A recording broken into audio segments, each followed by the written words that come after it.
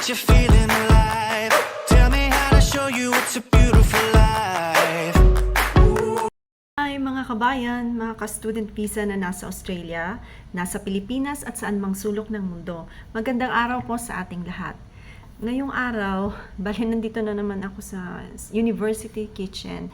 So bago ako pumunta sa aking event na attendance sa school ngayon, gusto ko lang pag-usapan naman natin kung ano ba yung mga kailangan nating dalhin pagdating dito sa Australia. So, meron akong listahan para maalala ko kung ano yung mga kailangan yung dalhin na pwedeng makatulong at makapag-remind sa inyo kung nalilito na kayo kung ano ba ang mga talagang kailangan. Kasi kung kagaya ninyo ako na gahol noon ng oras dahil parang November 9 na grant yung visa namin, lumipat kami ng November 16.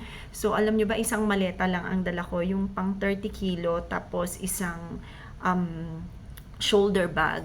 Kasi wala na talaga kaming time noon na mag-prepare. Kung ano na yung mga importante ang dinala na lang namin. Halimbawa, mga damit, ilang piraso na lang. Total, meron naman dito pagdating sa Australia. Sa mga pagkain, sabi naman ng kapatid ko, may mga Asian shops dito.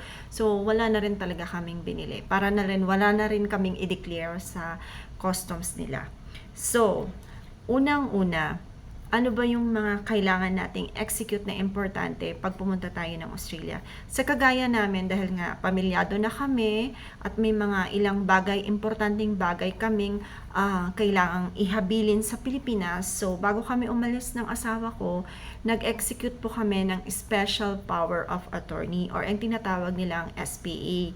So, ito ay binigay namin sa aking mga magulang na sila lahat ang magpa-process, makikipag-transact on our behalf kung ano man mga naiwan namin doon sa Pilipinas. So yun, importante yan. So nagbigay ako ng kopya nila at meron din akong kopya kami ng asawa ko. Number 2, importante, huwag niyong kakalimutan, mga immigration documents at school documents ninyo, ng dependent nyo, pwedeng yung asawa ninyo at saka ng anak ninyo. Sapagkat magagamit niyo po ninyo itong lahat pagdating sa Australia. So, ano ba yung mga immigration documents? So, yung letter of confirmation galing sa school, yung health insurance, of course, yung visa grant natin. So, flight tickets, yan, passport, yan. Importante. So, ang ginawa ko noon is, naiwan ko kasi sa bahay, meron ako yung parang clear na folder, tapos may envelope sa loob. So, na-label ko yun. Halimbawa sa akin, sa husband ko, at saka sa anak ko. Para kung nagtanong sila, ay mas madali na lang na ilabas lahat yon at hindi na tayo hagilap sa mga bag. Tapos, magdala din po kayo ng ballpen para just in case may kailangang isulat is handy. Nandun na lang din sa folder. So, ano pa ba? Of course, pera. Kailangan nyo po ng pera. So, kami, nung meron kaming dalang Philippine peso, tapos may konting Australian dollar na dinala. So, yung bank account naman kasi namin ay pwede namin siyang, pwede kaming mag-withdraw, tapos ay in Australian dollar na. At maliit lang po ang charge. Actually, $2 lang per $1,000. So, hindi ganun kalaki. Tapos, hindi rin hassle. So, Australian New Zealand Bank yung ginamit ko. Yun. So, sa mga, halimbawa, sa may mga dependents, tas nagda-drive na sila sa atin is, dalhin nyo na din po yung driver's license ninyo. Kasi katulad ng sa husband ko, hindi niya kailangan mag-convert. So, allowed po na gamitin yung Philippine license dito sa Queensland. So, yun, nagamit niya. Wala na rin certification. Basta yung driver's license card lang. So, yan yung mga importanteng mga kailangan nating i-prepare bago pumunta dito ng mga documents. So, sa mga gamit, so, anything important, yung mga tuwalya, sa tingin ko ay bulky, pwede kayong magdala or bumili na lang dito. Yun. So, medyas, yun din. So, mga importante yun na dadalhin. So, yun. I think, yun naman na lang yung mga importante. Siyempre, yung mga gamot, medicines.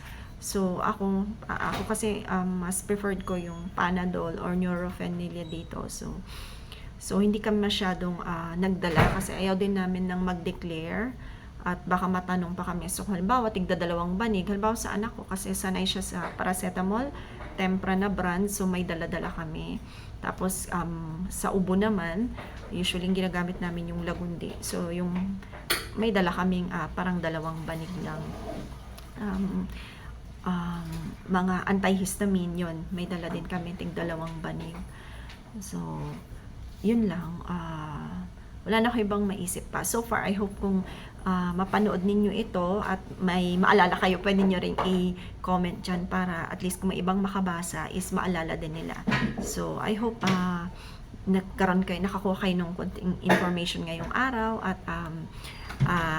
nakatulong ako na maka-share sa inyo kung ano yung mga reminders. So hanggang dito na lang. Please like and subscribe ako at ang Australia for more updates regarding our visa here in Australia na on student visa para. Bye!